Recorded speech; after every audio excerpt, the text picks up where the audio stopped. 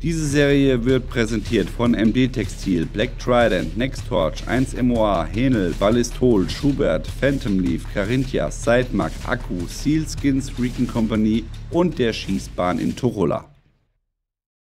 Hallo und herzlich willkommen auf Epic Night Warrior Teil 4 mit Rosi. Kombinierter Anschlag von taktischer Lampe und Waffenlampe.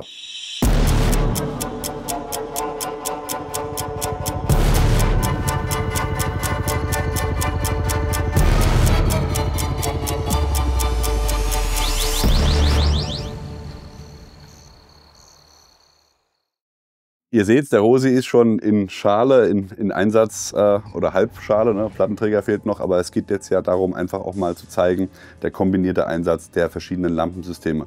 Mit der Pistole haben wir es mit den 7 Basisanschlägen schon im Großen und Ganzen gezeigt. Natürlich ist die waffengestützte Lampe noch mal mit dazu zu denken, aber ich denke jetzt gerade hier, vielleicht zeigst du auch jetzt was mit der Pistole, im Wechsel wahrscheinlich ein Drill. Ja.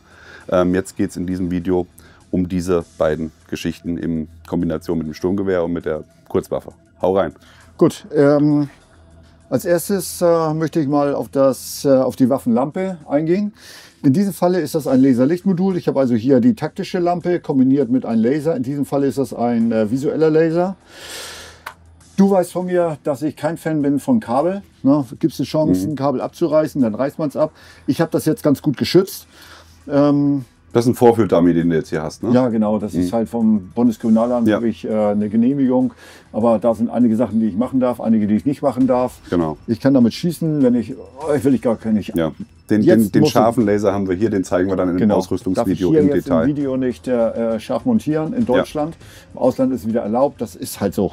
Ja. Wie auch immer, was ich jetzt hier habe, ist den Fingertaster. Ich habe meinen normalen Tagesgriff. So wie ich meinen C-Griff habe.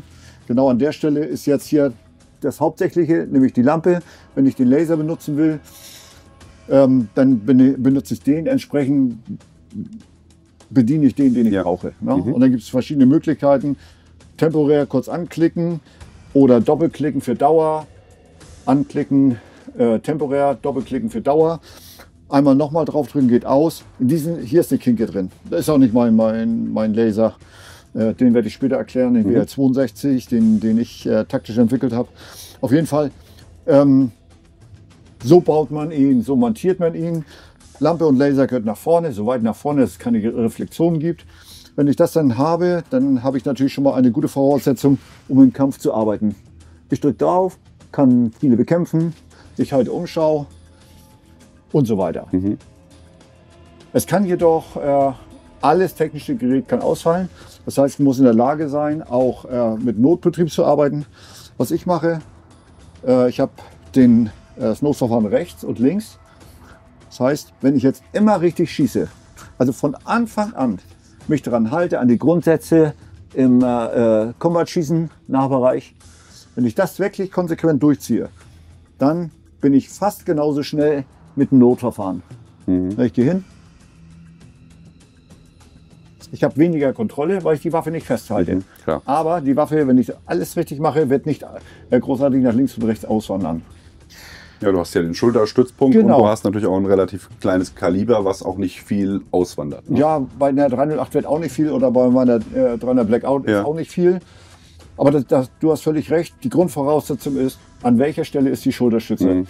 Und wenn ich eine vernünftige Tagausbildung mache, dann geht das natürlich auch über in die Nacht. Die Vorteile auch in der Nachtausbildung. Klar. Ja. Wenn ich jetzt Notverfahren, zeige ich mal von der Seite, links, dann mache ich das ähnlich wie bei der Pistole. Ich halte die Lampe fest, drücke hiermit an. Jetzt habe ich hier einen Bereich, wo ich die Waffe reinlege. Und dann... Also so ein bisschen so ein Teufelshörnchen oder wie? Du hältst die Lampe grundsätzlich so wie beim Pistolenanschlag. Das Einzige, was ich habe jetzt hier eine Plattform geschaffen für die Lampe. Das kannst du so oder so, das ist eigentlich egal. Du gehst auf das Ziel in der Grundschule, legst einfach nur die Waffe dazu und dann schießt du eigentlich alles gleich. Ich mache mal mit Licht. Licht an, schießen, Licht aus. Licht an, schießen, Licht aus. Also ich würde sagen, tatsächlich in der Haltung mit der linken Hand hast du noch ein bisschen mehr Kontrolle, weil auf dem anderen liegt die Waffe ja nur auf dem Arm, oder? Das ist das, was man meint. Das ist auch das, was ich mit den Students mache. Sie müssen es durchführen. Ja. Ne? Jetzt ist das nichts weiter als eine Meinung. Wenn ich jetzt ein paar Schießübungen mache, dann können Sie aus Erfahrung sagen, was für ein Schwachsinn und wie geil ist das denn? Ne? Und das kann man jetzt so gar nicht sagen. Ne? Wenn du jetzt ein bisschen trainiert hast, wirst du sehen, war doch nicht richtig. Ne? Es gibt Sachen, die muss man einfach ausprobieren. Klar, das stimmt. Das sind für mich Standardverfahren, Notverfahren links und rechts. Das muss jeder können. Die Wahrscheinlichkeit, dass sowas passiert, hast du schon gehabt? Licht und Laser? Ich selber tatsächlich nicht. Oder auch bei dir im Team oder sonst irgendwo? Ja, natürlich. Ne, das war das typische Laserlichtmodul abgerissen. Ja. Ja, und also am Kabel? Oder? Am Kabel abgerissen in Afghanistan. Ich weiß nicht, wie viele Kabel wir runtergerissen haben. Ne, also deswegen, ich bin überhaupt kein Fan, aus Erfahrung halt. Ne? Ja. Also gibt es eine Chance, dass man ohne Kabel arbeitet? Nutzt du die Chance? Auf jeden Fall. Ne? Kein Risiko eingehen im Einsatz. Man hat nur ein Leben. Habe ich mal durchgezählt. Nur die Katze hat 7. Ja. Ja, also von daher und auch alles so einfach wie möglich machen. Na, hier muss man schon mal gucken, vorne, hinten und so. Da hatte jetzt beim letzten Training einer Probleme. Ja, und wo ist der? Und dann findet er den. Also das versuchen wir alles besser zu machen. Deswegen ist ja der neue Laser. Damit kann man arbeiten. Das Bundeswehr Laserlichtmodul hat ja auch eine Lampe und einen Laser. Und die Lampe, ich muss jetzt mal zur Ehrenrettung sagen, das Ding ist halt 70er, 80er, 90er Jahre gebaut. Aber auf jeden Fall, die Lampe hat eine Stärke von ca. minus 50 Lumen. Minus 50. Das heißt, wenn du Licht anmachst, merkt man, wie es dunkler wird. Kommt das schwarze Loch quasi. Ja, ohne Scheiß. Das Ding ist so alt, aber es geht auch weg. Ja. Ja, und da muss man einfach sagen, das ist halt eine Entwicklung, die ist so alt. Und man sieht ja auch häufig auf Sturmgewehren eine Kombination. Du hast quasi ein Laser-Lichtmodul, wobei der Laser eigentlich hauptsächlich in der Nutzung ist mit Taglicht, IR-Licht und einem IR-Strahler, aber das Waffenlicht nochmal extra ist, also vielleicht noch eine Taschenlampe oder sowas nebendran. Bist du ein Freund von kombinierten Geräten oder willst du alles in einem haben oder bist du ein Freund von, ich habe lieber 2 Geräte, dann habe ich zur Not, wenn der Laser ausfällt, der Laser ist ja nicht so wichtig in Anführungszeichen. Ja? Ich selber war früher der Meinung, trennen das alles, wenn das ausfällt, kommt das und so. Bin ich jetzt nicht mehr der Meinung. Du bist der Meinung, alles in ein Mach Gerät? es zusammen. Dein Notverfahren, wenn es jetzt wirklich mal in die Hose geht, ist deine TA30, ne, also, oder deine taktische Lampe. Ne, mein Notverfahren dafür, wenn es denn mal ausfällt, ich minimiere die Gefahren dadurch, dass ich schon mal kein Kabel habe. Du hast weniger Gewicht. Ich habe weniger Gewicht. Weniger Batterien. Auf jeden Fall. Ne? Und das muss man auch sehen. Ne? Ja, ist ja auch ein Ausfallkriterium. Nicht nur. Ich habe jetzt vielleicht 2 verschiedene Modelle mit 2 verschiedenen Batteriearten. Das gibt alles ein Problem draußen. Macht total Sinn. Ja, und das ist auch wieder ein bisschen Geschmackssache. Ne? Man muss halt einfach ehrlich sagen, der andere sagt, nein, ich brauche immer eine externe Lampe extra. Wenn ich jetzt mich vorbereiten will auf den 3. Weltkrieg, müssen wir ja auf den nächsten Einsatz vorbereiten. Das ist ja vorgegeben von der Regierung, zum Glück. Dann hat Weißlicht nicht mehr die gleiche Wichtigkeit, wie es jetzt zum Beispiel in Afghanistan oder südosteuropäisch. Ne? Und dann macht auch wieder ein Kombigerät Sinn, weil natürlich der Nachteil oder warum man das so gemacht hat, ist, in den Kombigeräten sind die Lampen natürlich nicht so leistungsstark. Das ist Fakt und das wird auch so bleiben. Also du kriegst einfach in so ein kleines Gehäuse nicht so viel Power rein wie jetzt in eine TA30. Ja, wobei das Ding ist schon, da gehen weißt du die Lumenzahl gerade? Natürlich nicht. Natürlich nicht. Peter, gib uns einen Anruf kurz. Ja. Das ist jetzt hier letzter Prototyp. Ja, also wenn ich jetzt sage, wie toll das Ding ist, kann ich nur sagen, es ist noch Prototyp. Da ist eine Sache bei, die mir überhaupt nicht gefällt. Ja, das ist noch ein Rotlicht-Laser, visueller Laser. Hier schon ein sauberer Grün, den nicht, aber ein grüner Laser drin visuell. Und unsere deutschen Modelle werden alle mit einem grünen Laser. Ja. Und dann gibt es natürlich immer noch so Oldschool-Einheiten, die sagen, nein, ein Laser muss ein Rotpunkt sein. Sehe ich nicht so, aber ist auch egal, wenn die Einheit das haben will. Also der Standardlaser wird grün sein und der Ausweichlaser, was die Einheit haben will, sei es nun Deutschland oder Ausland, die sagt dann, ich will rot, dann kriege ich auch rot. Wahrscheinlich müssten wir jetzt sogar in der Vergangenheitsform sprechen, weil zum Zeitpunkt des Releases dieses Videos war wahrscheinlich schon die Enforce Tech 2025 und der Peter hat schon mit dem Endprodukt vorgestellt. Aber gut, ihr seht, wir haben hier schon im Dezember davor, vor der Enforce Tech produziert, haben die Prototypen noch hier und ja, geile Sachen einfach. Wenn wir jetzt über einen Waffendrill nachdenken. Das ist ja nicht nur der Wechseldrill, Transition von Sturmgewehr, Pistole bei Tag, muss ja auch bei Nacht sein. So, und jetzt kommen wir wieder zu den Für mich ist das so, Night Warrior oder auch Lowlight Operator, man muss nicht an das einzelne Gerät denken, man muss immer systemgerecht denken. So, und dann kann man natürlich auch schon sagen, wenn ich das dort so mache, dann gehört das dorthin. Beispiel, ja, ich bin jetzt im Kampf, das Sturmgewehr funktioniert nicht, ist sicher, greife zu meiner Pistole, Licht an und schieße. Hatte ich euch ja gezeigt, na, die einfache Bedienung. Ich sag mal, das ist jetzt nicht für Doofe, das ist nicht immer so negativ, sondern es muss auch im Stress funktionieren. Ja. So, jetzt gehe ich zurück, mache Licht aus, halt nochmal im Dunkeln Umschau. So kann man das machen, kann man taktisch natürlich auch genau anders machen. However, ich halte Umschau, ich holster meine Pistole, fühle bei Nacht, warum hat sie nicht funktioniert. In diesem Falle ist zu, Tap Rack, oder ich fühle, guckt eine Hülse.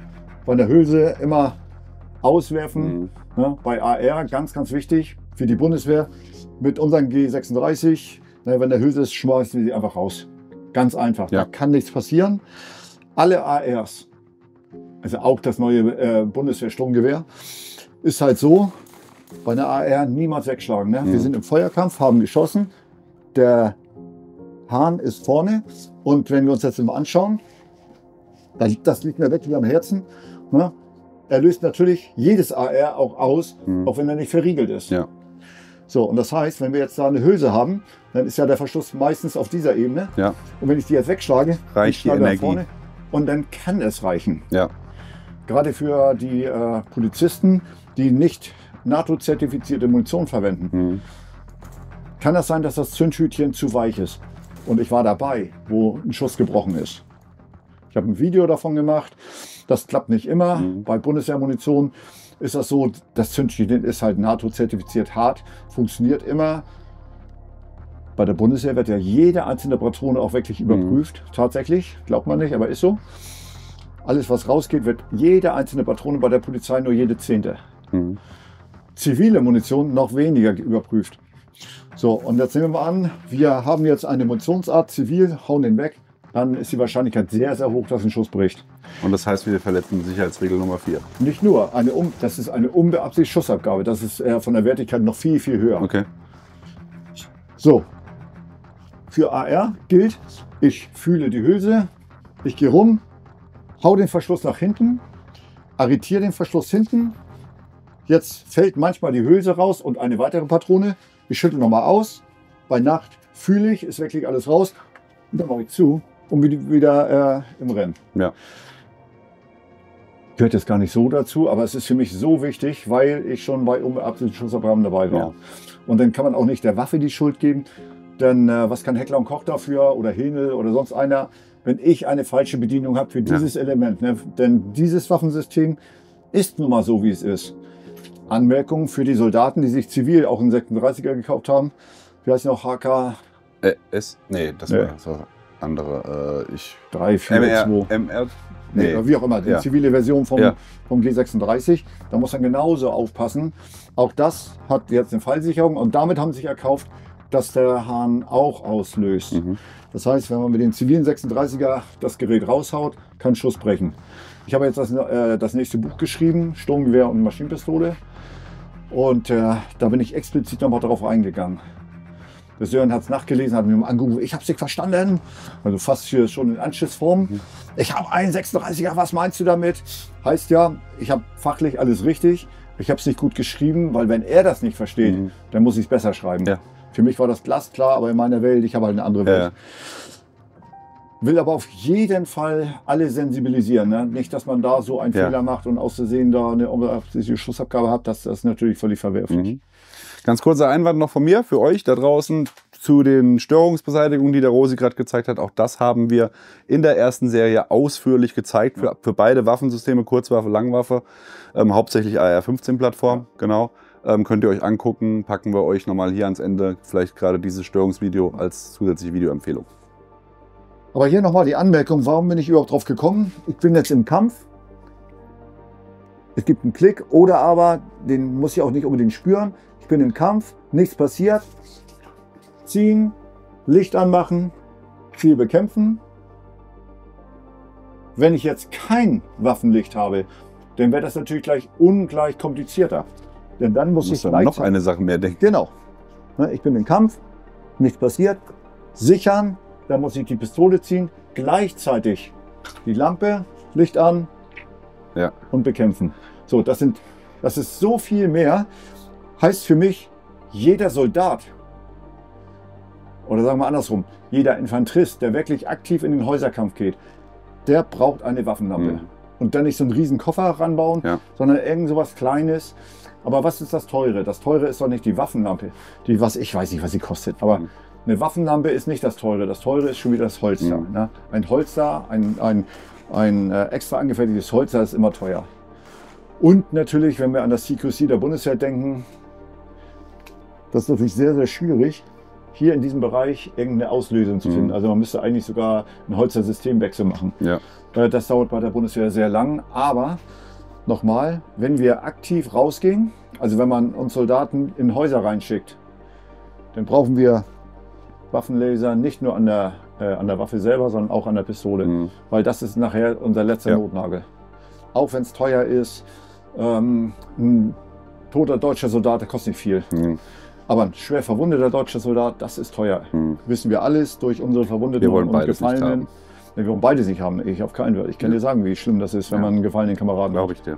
Ja, aber wenn wir nur mal, es gibt ja Finanzminister und solche Typen, die mir jetzt vorzählen, ja, das kostet so und so viel. Ja, ist aber immer noch, wenn wir die gesamte Bundeswehr ausstatten mit Laser oder mit einer Waffenlampe und einem Holster, ist immer noch billiger als ein schwer Verwundeter. Ja, also wenn man jetzt wirklich mal das Geld aufrechnen will, gibt es gar keine Begründung, das nicht zu machen. Und ich sehe es auch so, jeder Polizeibeamte. Dann wird wieder vorgerechnet, ja, der müsste ja noch mit trainieren. Schrecklich. Ja, aber ist so. Bei den Amis ist das so, in vielen Staaten, da zahlt der Dienst ja auch keine Lampe. Aber es wird toleriert. Das wird ja in Deutschland nicht toleriert. Ne? Da sagt man hier, der Polizeibeamte, ihr kriegt, was weiß ich, hier einen Pauschalbetrag und dann kauft ihr das, was du willst. Du bist zuständig dafür verantwortlich, dass du auch ausgebildet wirst. Dann kriegen die manchmal noch Munition, dass sie auf den Schießstand gehen. In Deutschland undenkbar. Ne? Ja, da kommt dann die BG auch gleich um die Ecke noch. Ne? Das ist ja zum Teil auch schon mit Schutzausrüstung, ja? Dass dann die Berufsgenossenschaft sagt, darfst du nicht, privat beschafft.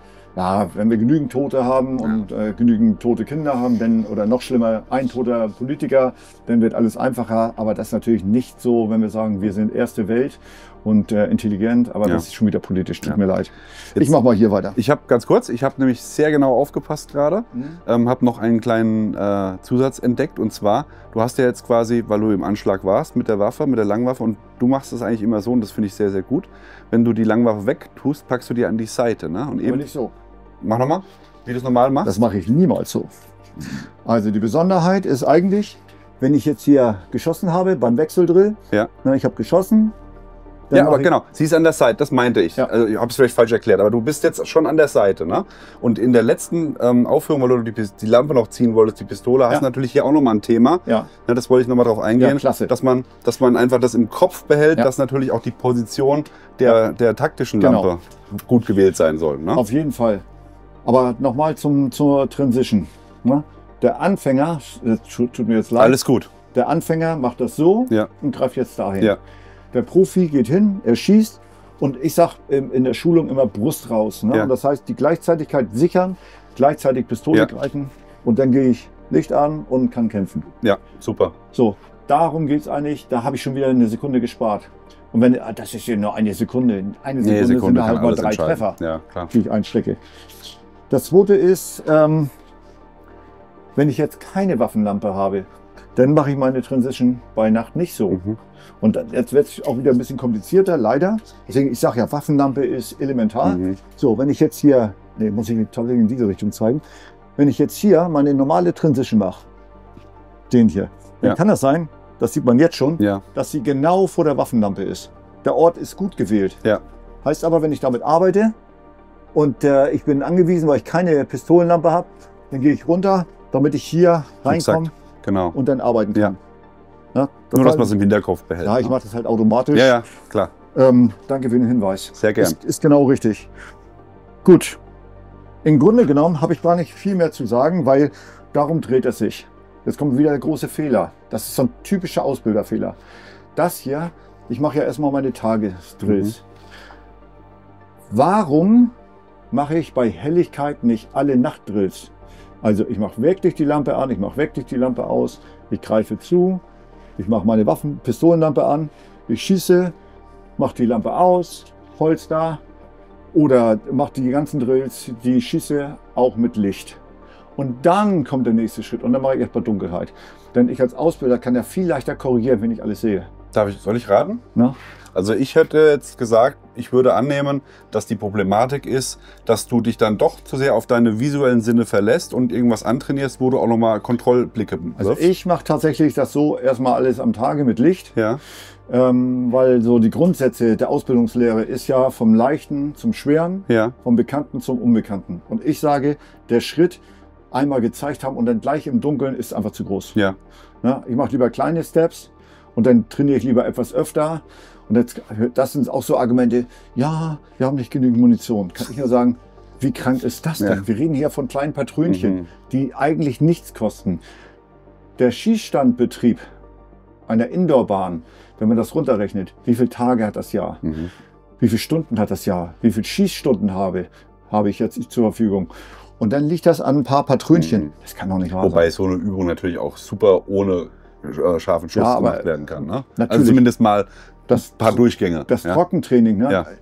Sowas mache ich im Allgemeinen, wenn ich eine Chance habe, auch nicht auf der Schießbahn das erste Mal. Ja. Ne, da habe ich meinen U-Raum und dann stehen Ja. die dann da und trainieren das erstmal dort, einfach Ja. um die Schießzeit auch zu sparen, ne? Exakt, dass ja. ich öfter trainieren kann. Ja. Aber diese Argumente mit Munition habe ich jetzt gerade gehört, sogar in Bayern, wo man denkt, wo alle denken, ja, die haben ja genügend Munition, bei denen ist innere Sicherheit das Höchste, die sind auch ganz schön am Rumnörgeln. Ne?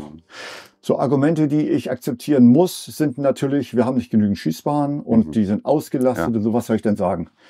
Aber das ist meist gar nicht der Fall. Dann kommen so Sachen wie, ja, die haben hier teilweise im Jahr 128 Schuss und die machen nur ihre Prüfungen und so weiter. Völlig verwerflich. Ja. Ich bin Reservist, wenn ich sehe, wie viel Munition mir zur Verfügung stellt, weil mein Dienstherr will, dass ich im Einsatz mit rausgehe. Und das tue ich auch. Bis 65, wenn mein Dienstherr mich ruft, gehe ich selbstverständlich an die Front. Das ist gar keine Frage für mich. Na, aber dann muss ich auch entsprechend vorbereitet werden. Und dann muss ich sagen, mein Regimentskommandeur, das ist aber auch, das ist ein Hammersoldat. Ja. Na, der sieht auch zu, wenn Deutschland will, dass du an die Front gehst, wenn wir dich brauchen, dann werden wir dich vernünftig ausbilden. Ja. Das heißt, wir haben genügend. Es ist manchmal so, wenn ich jetzt mit anderen Soldaten spreche, hier eine normale Truppe, also ich Schmiernibbel oder Instler oder Adleristen, ne, da schießen wir teilweise mehr als die. Aber das ist halt unser Auftrag. Ne? Wir müssen ja auch kompatibel sein zu den aktiven Fallschirmjägerkompanien, dass wir da einfließen können. Bei uns ist das so, die Jungs werden gefordert, aber wir können auch trainieren. Kommen wir wieder zurück zur Polizei. Da sind Motivierte und die können nicht trainieren. Ja. Die werden immer rausgeschickt auf die Straße, sind viel dichter am Einsatz als ich. Also die Wahrscheinlichkeit, dass Putin sich mit Deutschland anlegt, nicht, dass sie uns kriegen könnten zurzeit, aber dass sie es machen, ist nicht so hoch. Aber wir müssen halt vorbereitet sein. Und der Grund, warum sie nicht angreifen, ist ja, weil wir gut ausgebildet sind. Wusstest du, dass Polizisten zum Beispiel zum Teil auch eine auf den Deckel bekommen, wenn sie sich privat weiterbilden, weil sie das aufgrund politischer Situationen, dass sie dann in die Reichsbürgerecke gesteckt werden, wenn sie sagen, sie trainieren? Nee, habe ich noch nie gehört. Das haben wir schon vom einen oder anderen Ausbilder gehört, Oh dass Gott. die wirklich nur, wenn sie offiziell bei ihrem Vorgesetzten eine Weiterbildung einreichen, das dann auch genehmigt bekommen, wo ich sage, warum? Das sind Leute, die tun einen Dienst für uns. Verstehe es nicht. Nee, Aber habe gut. ich noch nicht Wir wollen- gehört. das Also ich wird selber sonst- noch nicht gehört. Aber Schrecklich, ne? wenn das so wirklich ist, das geht gar nicht. Ja. Auch Polizisten haben Grundrechte, auch Ja. die haben ein Recht auf Leben. Ja. Die riskieren ihr Leben für uns. Und dann kann man sagen, wenn die Können dann schon, Hungerlohn in der Regel auch, ja? Also gerade die Streifenpolizisten. weiß ich nicht. Auf jeden Fall, die Voraussetzungen muss man schon schaffen. Ne? Ja. Und dann einer ich sag mal, diskriminieren, Reichsbürger, ist für mich nichts Hochwertiges. Das ist kein Mensch, den ich richtig akzeptieren kann. Nutzt uns aus. Also von da und dann einen Polizeibeamten in die Richtung zu stecken, das ist natürlich doppelt Ja, verwerflich. genau. Habe ich aber selber noch nicht gehört, deswegen halte ich mich jetzt auch ein bisschen raus. Ja. Ich bleibe jetzt auch beim Technischen. Wichtig ist, wenn wir da uns wenn wir in diese Richtung gehen wollen, müssen wir konsequent sein. Konsequent heißt Wechseldrill, Transition auf Pistole, dann auch mit Licht und natürlich eine Ausstattung haben, die dafür optimiert ist. Wir reden ja nicht von Millionen von Euros jetzt für eine Dienststelle. Ne, so ein taktisches Holster. Da habe ich noch eine Anmerkung. Das ist ja das Polizeiholster. Demnächst, mal sehen, ob sie es schaffen zur Enforcetec, gibt es eine Militärversion, die ist dann noch dichter dran. Ich versuche das mal so zu simulieren. Ja, so. Jetzt bei den Polizeiholster, die wollen das so haben, die Polizei. Mal sehen, ob das dann so bleibt, damit man das auch einstellen kann nach vorne. Bin ich kein Fan von. Das war eines der wenigen Sachen, wo ich dann draus war. Aber hier kann man wieder hängen bleiben. So, und das passiert natürlich auch. Ne? Klar. Das heißt, das neue Holster wird einfach dichter dran sein. Es wird nicht mehr einstellbar sein. Es heißt dann auch Military. Das ist hier die Police Version. Wobei ich denke, dass viele Polizisten dann doch umschwenken auf meine neue Version, weil die natürlich dann auch eventuell Probleme haben. Ein reinrassiger Pistolenschütze, für den ist das sogar gut, wenn es so weit Ja, natürlich. ist. Aber ich bin jetzt auch schon ein paar Mal hängen geblieben, was einfach passiert. Natürlich nicht beim Vorführen. Ja, aber draußen dann, das ist so der GAU erstmal. Ich will meine Kanone nach vorne bringen, bleib da hängen. Ich weiß, wo ich hängen bleibe, da muss ich aber wieder einen Handgriff mehr machen. Und in der Zeit bin ich halt wehrlos. Ja, ist so. Gut, ansonsten denke ich mal, bei dem Thema bin ich eigentlich recht durch. Hast du noch eine Frage? Nee, super so. Also ich finde perfekt, wir haben es ja auch in den Einspielern hier vom Stand gesehen aus Polen. Und das habt ihr auch wirklich exzessiv geübt. Ja? So bei Tag als auch bei Nacht. Und deine Jungs sind einfach auch gut, was das angeht, muss ich sagen. Also die hast du gut ausgebildet. Ja, aber man sieht auch, wie viel Mindset ist. Ne? Ja. Es ist ja so, das ist ja alles sehr anstrengend. Wir hatten auch nicht das beste Wetter. Nee.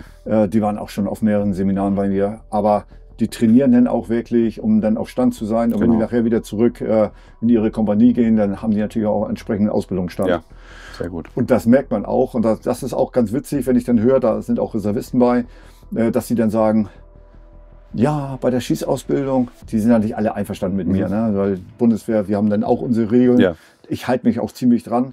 Aber wenn man jetzt davon ausgeht, dass einer jetzt einmal im Monat oder noch weniger zum Dienst kommt und dann ist plötzlich der Ausbildungsstand höher, obwohl die gar nicht ausgebildet wurden, dann kann das natürlich für den einen oder anderen Ausbilder auch zumindest komisch sein. Ja.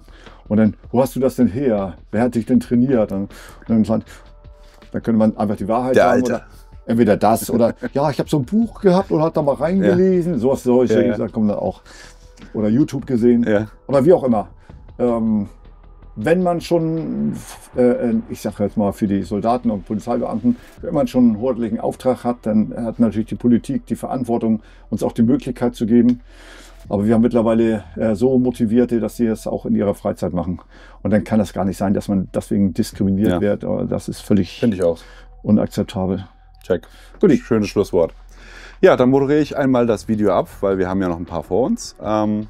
Alle Informationen findet ihr hier in der Videobeschreibung, auch speziell nochmal um die Störungsbeseitigung, habe ich ja eben schon im Video gesagt. Die Videos findet ihr in der alten Rosi-Serie, in der ersten Shooting Basics mit Rosi, Teil 1 bis 30.